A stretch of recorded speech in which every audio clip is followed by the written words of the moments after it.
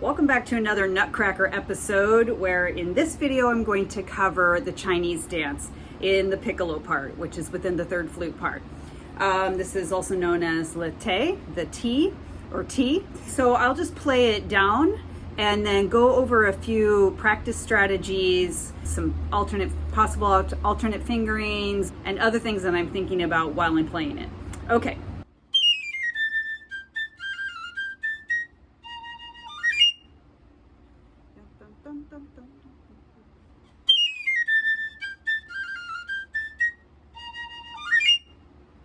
Okay, I'll just stop there and go over a few things. The first thing to note is making sure your entrance, that high G, speaks. I mean, obviously it's easier said than done, but speaks before you start going down the scale. It's just easy to kind of skate over the notes rather than having your airstream glued into the center of the tone, if that makes sense. And I've done it different ways where I'll do it kind of feeling it in groups of 3 and 3, or sometimes if for some reason that's just not working one day, or it's just like a little uneven, I'll think of it in groups of 2 plus 4. Another thing to think about, to just be aware of, is your landing note A at measure 32. A, that you're not too sharp on that, so that because you're in unison with the principal flute here. A, and the 9-lit. I know I had it worked out once where it's yada da da da da da da da, but anymore, like in the past decade or so, I just do a trill, yum bum bum, and it's fine. So that's all that really is. So coming again, just making sure your A is A. I'm just going to turn on my tuner just for myself here. So 1, 2. Yeah, that's pretty good. Just check yourself on that. This. Different orchestras do it different way. It just depends on what your principal flute is doing. Some principal flutes do like super connected, which I don't really care for, but if the principal flute does that, then you need to play it like that. It should be kind of long but separated.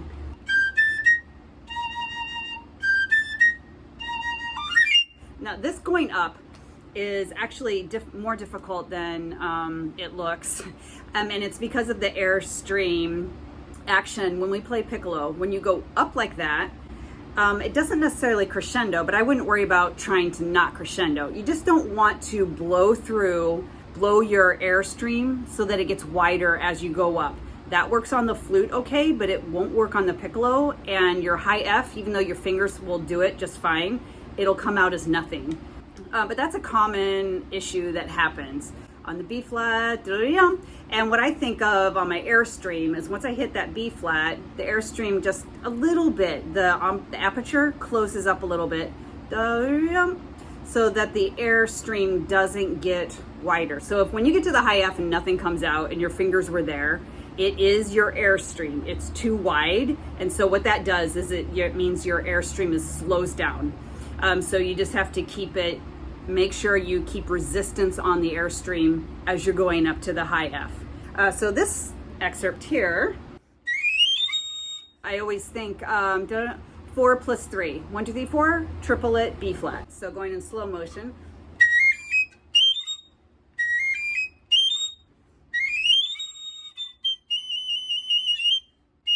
The F. F. Make sure have your tuner on, that it's not too high. Again, you're in unison with the flute, principal flute. She or he will probably not be too sharp, so make sure, I wouldn't vent like you can on the flute. It can often, if you make adjustments like that on the piccolo, it often can be too much. So just make sure it's like control of your airstream. Get it up. It can have the little accent, but everything's in miniature. So you're doing a little miniature accent, with your air, like that. Also, in dealing with your airstream, the big B flat major scale that we have here, same thing applies, what I was talking about before. Whenever you're going up, like that on the piccolo, you cannot blow more air as you go up or let the aperture open up, and so that the airstream widens. That slows the airstream down a little bit, and you're not going to make it, or you'll get all spitty on your way up. And I always feel like when I'm going up so that I'm not tight, you know, you're not tight on the outside or whatever, but the inside of your lips, the, you know, the, for lack of a better way to say it, the wet part of the inside of the lips is really stays forward as you get up to the extreme high register, to the high, you know, F, G, A, B flat, and it's really forward and holding onto your air and maintaining that the aperture size stays small. So if I go in slow motion, I'm just going to pay attention to what I'm doing as I'm playing.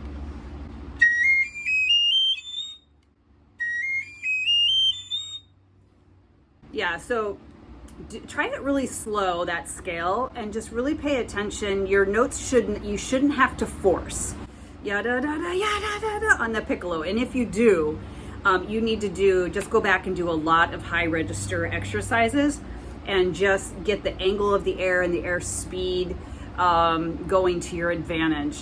I mean, it's not easy going up to this scale, but it shouldn't be too much of a struggle to get those high notes, and you definitely, to get that high note out, and you definitely don't want to like nail that high B flat against the wall when you get there.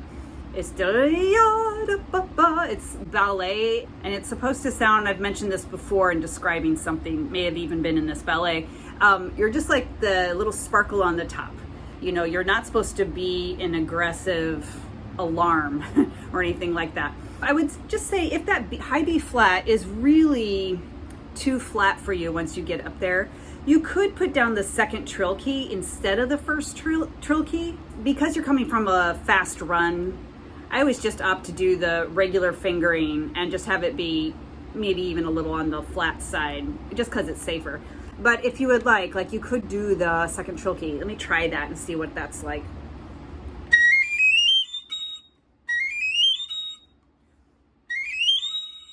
Yeah, you do that. I mean, then it might be a little too sharp, but that's an option you have.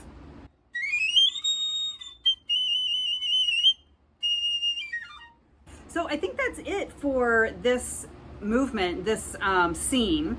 So as you may know, I'm going through the Nutcracker, doing just the highlighted Piccolo, mostly Piccolo movements, and going over any advice or practice tips on how I would practice them. Coming up next would be Trepak. I don't think I'll go over anything on that. That's third flute, and after that, Dance of the Mirlitons.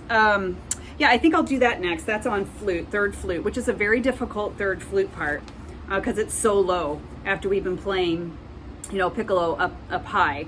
So I'll do that next. Please hit subscribe and you'll get a notification on when I get that next video up in this series, and you can check out the playlist that I have so far. I think maybe I have 4 or 5 of these videos up just on the Nutcracker so far.